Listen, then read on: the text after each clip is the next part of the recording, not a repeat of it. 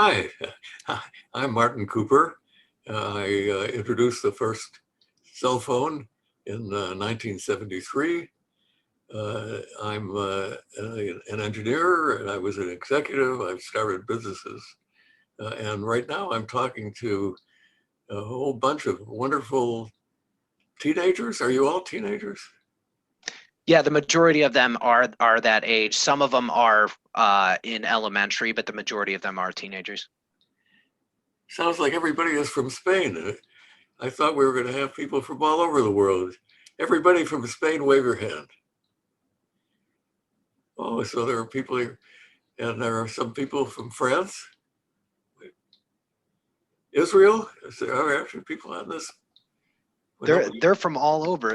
yeah, So you, Martin, can you tell us a little bit about your background, about how you got into engineering? Like, were you always passionate about engineering? oh yeah, from my earliest days, I just loved to know how things work. When I was a child, I would take things apart. Sometimes I actually put them back together again.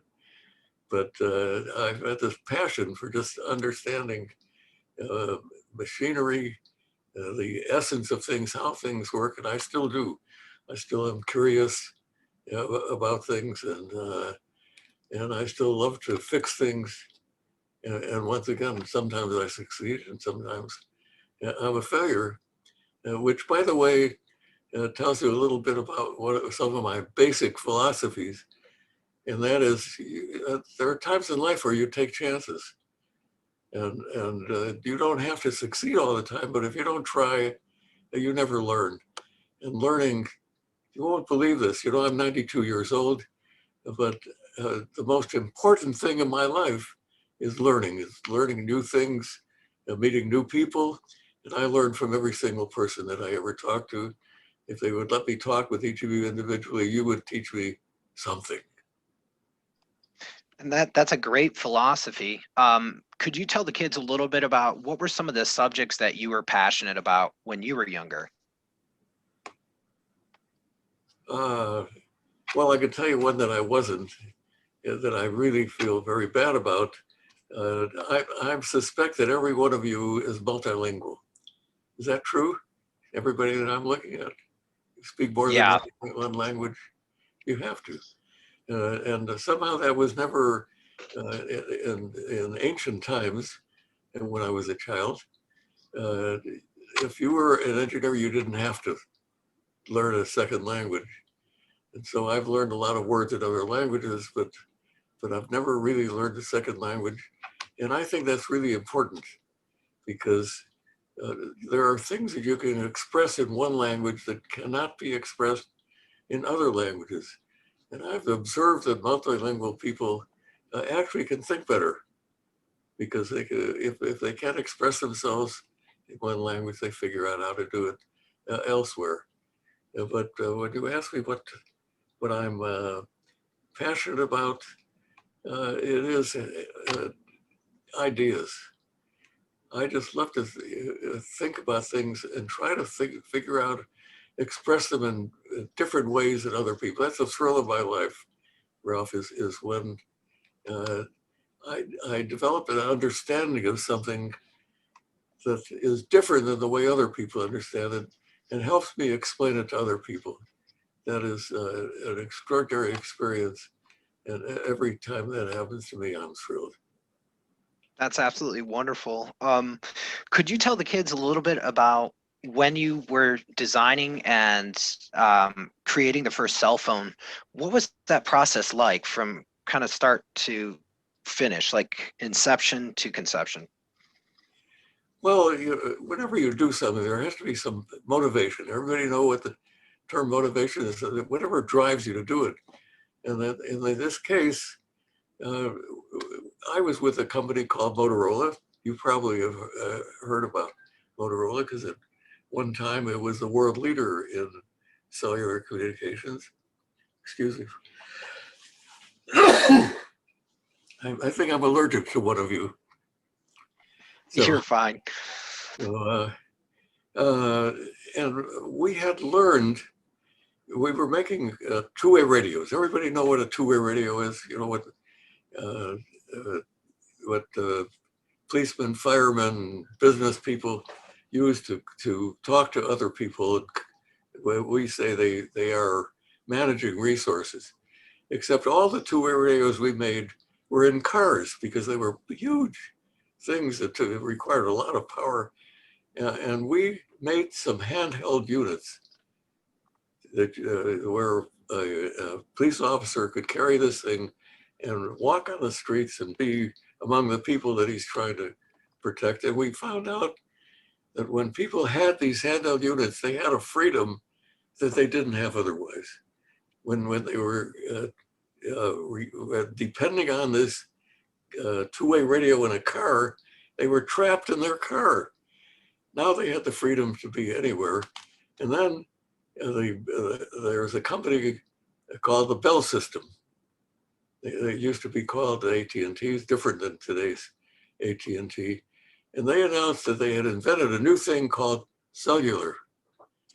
And they were going to provide telephones to everybody that were run by radio, except that they were saying that these telephones had to be always in a car, always in an automobile. We didn't believe that. We thought that to be free, you had to be able to be anywhere. And so we had a battle with them. The people that decided to battle with our government, the Federal Communications Commission in the US, every one of your countries has a commission that manages radio. And we told them we think freedom means handheld devices, not car phones. And we battled with the Bell System for 10 years. At one point, we actually thought they were going to win. And that's when I decided the only way that we were going to convince people that this was the right way to go, that handheld telephones, cell phones, you people call them other things, I think, in other countries, call them handies, that this was the only way to go in the future. The only way we were going to do that was to actually build one. And so I got a team of people together, the best engineers at Motorola, and described what I thought a cell phone ought to look like. And these geniuses, in a matter of 3 months, took technology from all over our company and put it together and made a cell phone. And here is what the first cell phone looks like. Well, let me see. Turns out that my virtual background is. We can see it. Everybody see this? This thing is huge by today's standards. It weighs, well, you can tell how big it is compared to my head. It weighs over a kilo. The battery will only last for a half an hour of talking. After a half hour, the battery would fail. But that was no problem. This thing is so heavy, you couldn't hold it up for a half an hour. So it turns out we took this thing to New York. We held press conferences. This is where I made the very first public phone call on April 3rd, 1973, 48 years ago. Wow, is that a long time ago? And it turns out that we got people energized. People understood from the beginning. They were thrilled to be able to talk while they were moving around. And the result of this was that the FCC, our commission, made the right decision. They allowed this industry to be competitive.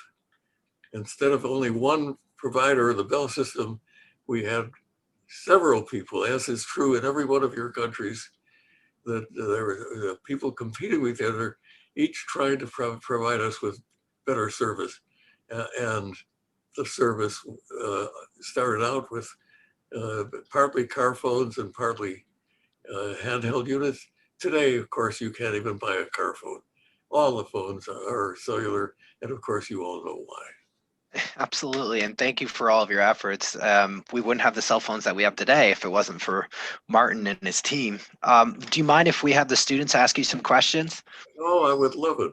All right, I have Alice here. Try to ask me a hard question, not Well, something we easy. will definitely try. So, Alice, she's in Italy. Alice, you should be able to unmute to ask your question. Go ahead. Uh, my question is, what inspired you to invent the mobile phone, and did you think that it would be this popular when you first created it? Did we think it would be this popular? Absolutely. We told a joke. I hope this joke translates in all your minds. We said that someday when you were born, you would be assigned a phone number. If you didn't answer the phone, you had died. We thought that everybody, I could see that joke didn't go over very well. No, you're fine. See, Alejandro didn't even crack a smile. What's the matter with you? It's a little late over there. I think I got her attention. So we knew that the phone was going to be popular, that everybody would have one. What we didn't know, you won't believe this, but 48 years ago, there were no personal computers. The digital camera had not been invented. The internet did not exist. There were no integrated circuits. So this phone is very simple.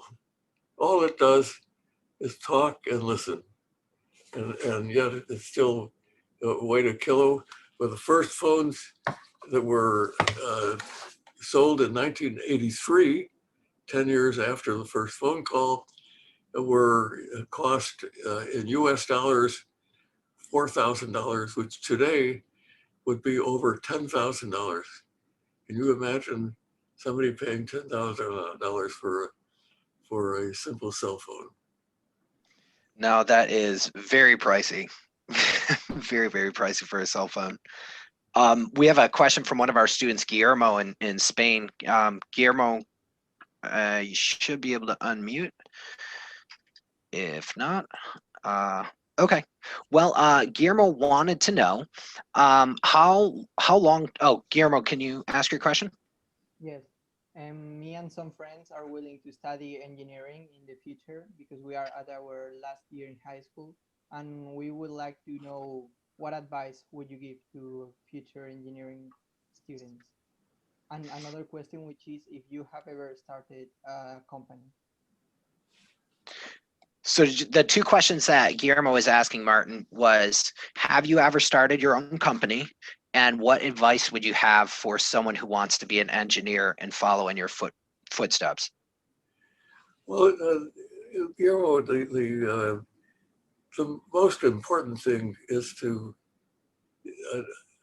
understand what the technology is, what tools you have, how things work, the way I expressed this before, because when you get out in the real world, you find out that every problem that you face is different from every other problem.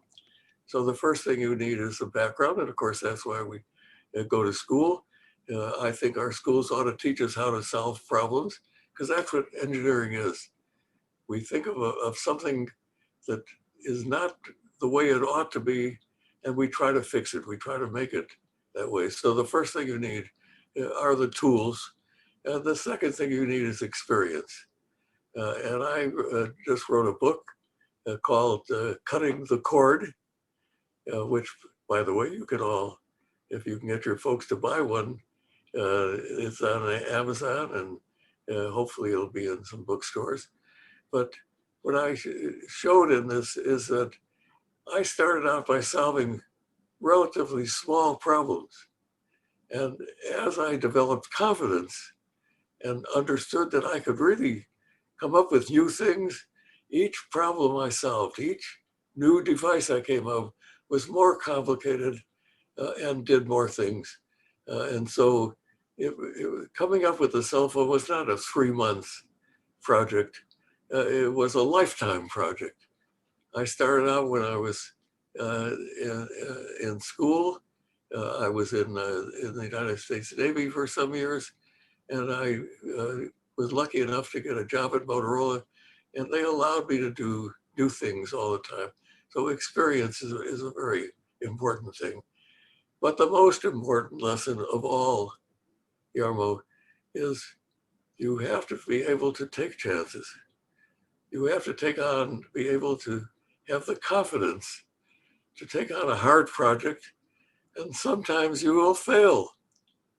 And if you fail, you get up off the floor and do something different because you know that you will be successful sometime. So one of my principles of life is reach out. Do not fear failure. So we have a couple more student questions before we let you go. Is that all right? Sure, please go. Martin, we have a question from Mev. She's in Italy. Mev, you should be able to ask your question. Nice to meet you. Nice to meet you, Mr. Cooper. I would like to know if you ever had a time when you wished you hadn't invented the telephone. No, that was a very easy answer. There are some times when I observe people misusing the phone. One example is I watch people crossing the street, looking at their phone, texting. That's a little crazy, don't you think? But you know how bad people are drivers, and you take a chance like that. But I have studied how the cell phone is used all over the world, and the benefits of the cell phone, the things that make people live better, are so much greater than the disadvantages that there's no doubt that the cell phone has improved humanity. I really believe that. I believe that in Africa, the cell phone has reduced poverty. It has allowed over 1 billion people to move out of severe poverty. In India and in Mexico, there are people that are getting health care in villages that have never had a doctor or never will, but now a doctor in Mexico City, as an example, can treat somebody in a small village in the hinterlands of Mexico. People are collaborating the way we are right now. They are gathering together and asking each other questions. And in doing that, we hope that they're teaching each other, because anytime you get two people together working on a problem, they are always more capable of solving it than one. And so we have this concept called collaboration, the ability of people to get together and work together, but now they don't have to be in the same room. They can be literally all over the world working together, solving really big problems. So the short answer to your question is no. I've never doubted that the cell phone improves humanity. It makes people's lives better. Yeah, and we're all here today, connected on these meetings because of this very technology and Mr. Cooper and his colleagues' efforts. We have one final student question, and this is Pierre in France. Pierre, you should be able to unmute and ask your question, friend. Yeah, hello, Mr. Cooper. Nice to meet you. I wanted to know if you think that in the future, wired networks will still be useful, or if they are going to disappear. Oh, that's a really good question, Pierre. It turns out what's the difference between a wired connection and a cell phone connection? The difference is that the wire connection connects one place to another place. A wireless connection, a cell phone connection, connects one person to another person. There are still times when you need to connect things together, and wires are still very useful. As an example, if you're trying to connect to a house, a cable may be a perfectly good way to do that. But the basic idea of cell phones is that people are fundamentally, naturally mobile. People want to be free to move around the only way to do that is wirelessly. So sure, there will be useful places for wires, but they will not involve connecting people. If you want to connect people, you have to do that without wires. That's Thank you, very Pierre. That was a really good poignant. question. You could tell I was ready for that one. Yeah, I was like, wow, did he prepare for this? So before we let you go, Martin, is there any kind of advice that you would give to these kids as they go off into the world, whether they want to be engineers or whether they want to do something completely different? As someone who is a leader in his field, what kind of advice would you have for them? And it is, I want every one of you to feel the way I do when you wake up in the morning and you have an idea and you realize that this is an original idea, that you're thinking of something you never thought of before and that maybe nobody else ever thought of. That to me is such a thrill that I would hope that every one of you would have that same benefit, that same experience, that the excitement of having what is an original idea. Whatever you decide to do as you get older, you should be able to be passionate about it. You should be able to enjoy your work, to look forward to doing whatever you're doing. If you find yourself in a situation where you're not, where you're unhappy with your work, where you feel like you'd rather do something else rather than do the work that you're assigned to do, you should stop doing that and do something different.